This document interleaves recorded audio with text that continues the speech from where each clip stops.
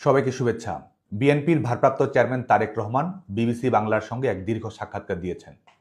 সেই সাক্ষাৎকারকে নিরপেক্ষভাবে বিশ্লেষণ করলে এর সত্যের অপলাপ, কৌশলী মিথ্যা, হুমকির বার্তা, চাঁদাবাজির প্রশ্রয়, দুর্নীতিকে প্রশ্রয় দেয়া এবং একটি অগণতান্ত্রিক রোডম্যাপ সবার সামনে উন্মোচিত হয়ে আসে।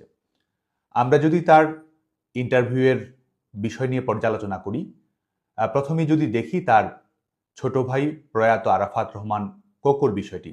আরাফাত রহমান কোকো 2007 সালে 111 সরকারের সময় 3 সেপ্টেম্বর কারাবন্দী হন, গ্রেপ্তার হন।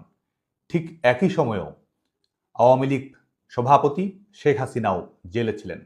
111 সরকারের সময়ই চিকিৎসার জন্য 2008 সালের মে মাসে আরাফাত রহমান কোকো থাইল্যান্ডে চিকিৎসার জন্য যান। পরবর্তীতে তিনি মালয়েশিয়ায় গিয়ে সেখানে দীর্ঘ সময় অতিবাহিত করেন এবং সেখানেই রোগে আক্রান্ত হয়ে তিনি মৃত্যুবরণ করেন। যে কোনো মৃত্যুই মর্মস্পর্শী, পরিবারের যে কারো মৃত্যুই আমাদের সবার জন্যই অনেক কষ্টের, বেদনার, আহত অনুভূতি তৈরি করে। সেই ব্যক্তিগত দুঃখবোধ থাকতে পারে, কিন্তু সেটির সঙ্গে আওয়ামী লীগকে জড়ানো, রাষ্ট্রযন্ত্রকে জড়ানো এবং সেটির মাধ্যমে রাজনৈতিক ফায়দা লোটার প্রচেষ্টা আমরা মনে করি যে একটি কৌশলী মিথ্যার সুনিপুণ উদাহরণ। এবং আমরা আমাদের স্মৃতি যদি আমাদের সঙ্গে প্রতারণা না করে, আমাদের সুস্পষ্টভাবে মনে আছে সরকার প্রধানমন্ত্রী শেখ হাসিনা শোক প্রকাশ করার জন্য, একজন সন্তানহারা মায়ের প্রতি সহানুভূতি প্রকাশ করার জন্য গুলশান কার্যালয়ে গিয়েছিলেন। বাড়ির দরজা কিন্তু বন্ধ ছিল। ন্যূনতম রাজনৈতিক, সামাজিক শিষ্টাচার সেটি কিন্তু সেদিন প্রদর্শন করা হয়নি। অথচ আজকে এ ধরনের কৌশলী মিথ্যার আশ্রয় নিয়ে আজকে দোষারোপ চাপিয়ে দেওয়ার রাজনীতি কিন্তু নতুন করে যে বাড়ছে সেটির একটি দৃষ্টান্ত। এবং এভাবে যখন একটি দুঃখজনক মৃত্যুর ঘটনাকে দোষারোপের বিষয়বস্তু হিসেবে পরিণত করার চেষ্টা করা হয়, এটি থেকে বোঝা যায় এই যে জুলাই আগস্টে গণহারে হত্যা মামলার আসামি করা হয়েছে আওয়ামী লীগের নেতাকর্মীদের, সরকারের সঙ্গে সংশ্লিষ্ট ব্যক্তিদেরকেই, এই জবাবদিহিতা, এই বক্তব্য থেকেই আসলে এই যে বৈশিষ্ট্যটি জুলাই আগস্টের ঘটনাকে কেন্দ্র করে পরিলক্ষিত হয়েছে, আমাদের কাছে সেটি প্রতিভাত হচ্ছে। আরেকটি বিষয় এসেছে সাবেক প্রধানমন্ত্রী খালেদা জিয়ার বিষয়কে কেন্দ্র করে। সাবেক প্রধানমন্ত্রী বেগম খালেদা জিয়া দুর্নীতির মামলায় কারাদণ্ডপ্রাপ্ত হয়েছিলেন। প্রধানমন্ত্রী শেখ হাসিনা সরকারের নির্বাহী আদেশে 2020 সালের 25শে মার্চ সরকারের নির্বাহী আদেশ প্রয়োগের মাধ্যমে কিন্তু তাকে মুক্তি দেয়, তার বাড়িতে থাকার ব্যবস্থা করে এবং সার্বিক সুচিকিৎসার ব্যবস্থা গ্রহণ করা হয়। সরকারের জায়গা থেকে যে ধরনের রাজনৈতিক দৃষ্টিভঙ্গি, নমনীয়তা, মানবিক দৃষ্টিভঙ্গি রাখা সম্ভব ছিল, আওয়ামী লীগ সরকার কিন্তু তার সবটুকুই প্রদর্শন করে।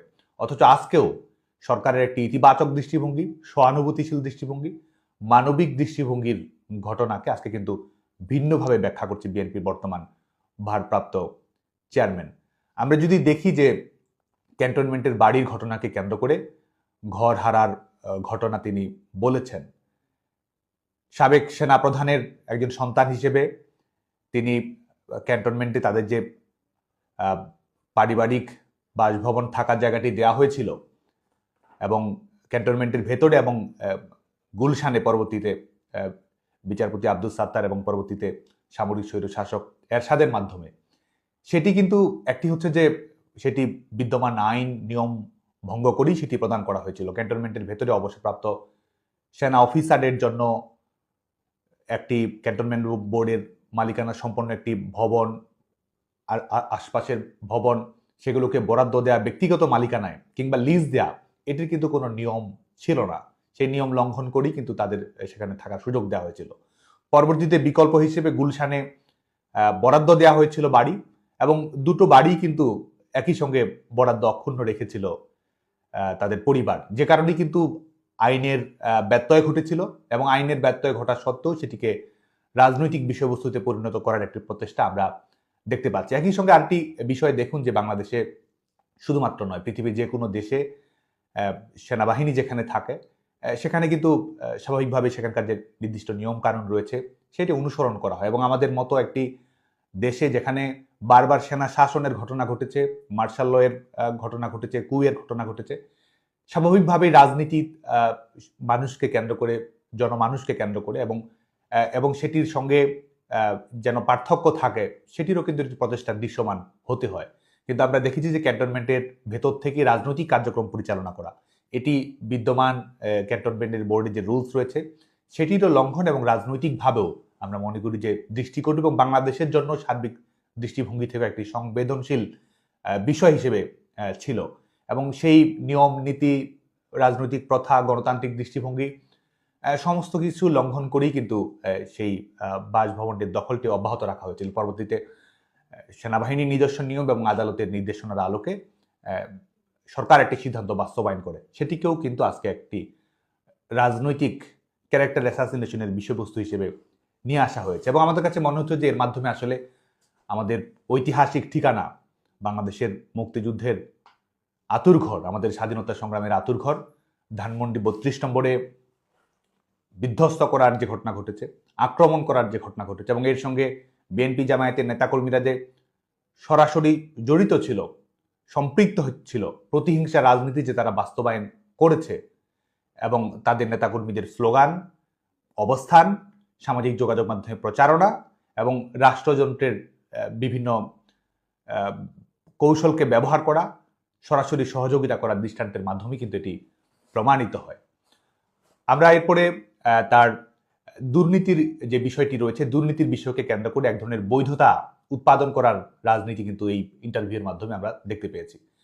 আপনারা খেয়াল করে দেখবেন যে বাংলাদেশ 2001 থেকে 2005 পর্যন্ত টানা 5 বার ট্রান্সপারেন্সি ইন্টারন্যাশনালের দুর্নীতির ধারণা সূচকে বাংলাদেশ সর্বনিম্ন মানে দুর্নীতিতে চ্যাম্পিয়ন হয়েছিল, পুরোটি বিএনপি ক্ষমতাসীন থাকার সময়ে। এবং পৃথিবীর বেশিরভাগ দেশ, এখানে 170-180টি দেশের মতো এই ধারণা সূচকের অন্তর্ভুক্ত থাকে, কম বেশি সব দেশে এই ধারণা সূচকের মধ্যে রয়েছে। এবং সমস্ত ধরনের দুর্নীতি, সরকারি বেসরকারি নিয়মের ব্যত্যয়, আইন লঙ্ঘন এবং আইন লঙ্ঘন করে সরকারি ক্ষমতার অপব্যবহার করে নিজেদের ব্যক্তিগত স্বার্থ হাসিল করা, পার্সোনাল গেইন করা, ক্ষমতার অপব্যবহার করার মাধ্যমে সেটির সূচকের আলোকে কিন্তু এই ধারণা সূচকটির বিভিন্ন তথ্য উপাত্ত প্রতিফলিত। আমরা দেখতে পেয়েছি যে এই বাংলাদেশের জন্য লজ্জাজনক, এবং পৃথিবীর ইতিহাসে সম্ভবত এটি Guinness book of the world রেকর্ডসও এটি স্থান পেতে পারে যে পৃথিবীর একমাত্র সরকার যে সরকার 5 বার দুর্নীতিতে চ্যাম্পিয়ন হয়েছে এবং টানা 5 বার। এবং এই একটি আন্তর্জাতিকভাবে প্রতিষ্ঠিত একটি সংস্থার মাধ্যমে এটি এসেছে, এবং সেটিকেও এক ধরনের বৈধতা দেয়া, সেটিকেও বরং টিআই এর যে দুর্নীতির ধারণা সূচক সেটিকে নমনীয় করে দেখানোর প্রচেষ্টা, দুর্নীতি কমে এসেছে এই ধরনের দেখানোর একটি প্রচেষ্টা কিন্তু আমরা দেখেছি। এটি আসলে বাংলাদেশের আইনের শাসন, বাংলাদেশের জনগণের যে শুভবোধ রয়েছে, বাংলাদেশের জনগণের যে ক্ষমতায়নের আকাঙ্ক্ষা রয়েছে এবং রাষ্ট্রের কাছে যে ন্যায্য হিস্সা রয়েছে, সেটির সঙ্গে আমাদের কাছে মনে হয়েছে যে একরকম তামাশার ঘটনা ঘটেছে এই দুর্নীতির ধারণা সূচকের রিপোর্টটিকে যখন এক ধরনের বৈধতা দেওয়ার চেষ্টা করা হয় সেটির মাধ্যমে। এবং এখান থেকে যদি আমরা দেখি যে এই শুধুমাত্র 2001 থেকে 2005 সেটি নয়, আমরা যদি এই জুলাই আগস্ট পরবর্তী বাংলাদেশের চাঁদাবাজির ঘটনা, বাংলাদেশের লুটতরাজের ঘটনা, বাংলাদেশের রাষ্ট্রীয় সম্পদ লোপাটের ঘটনা, শেয়ার বাজার কেলেঙ্কারির ঘটনা, বাড়িঘর ব্যবসা বাণিজ্য দখলের ঘটনা যদি আমরা দেখি, সেখান থেকেও দেখি যে এটিকেও এক ধরনের বৈধতা দেওয়ার চেষ্টা করা হয়েছে। চাঁদাবাজির ঘটনাকে হক আদায় হিসেবে প্রশ্রয় দেওয়া হয়েছে।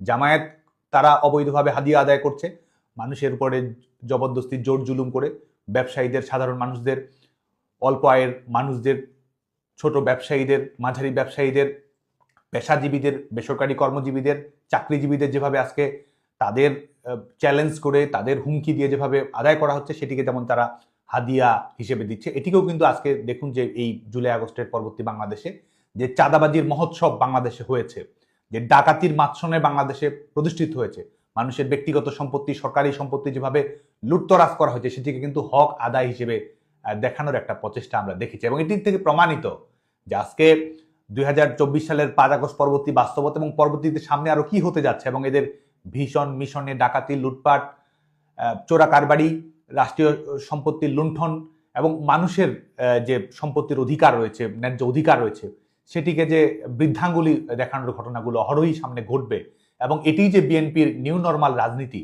এটি আসলে আমাদের এটি বোঝার জন্য আসলে রকেট সায়েন্টিস্ট হওয়ার প্রয়োজন নেই। এটি আমাদের সামনে দিবালোকের মতো আসলে এক ধরনের উন্মোচিত হয়েছে।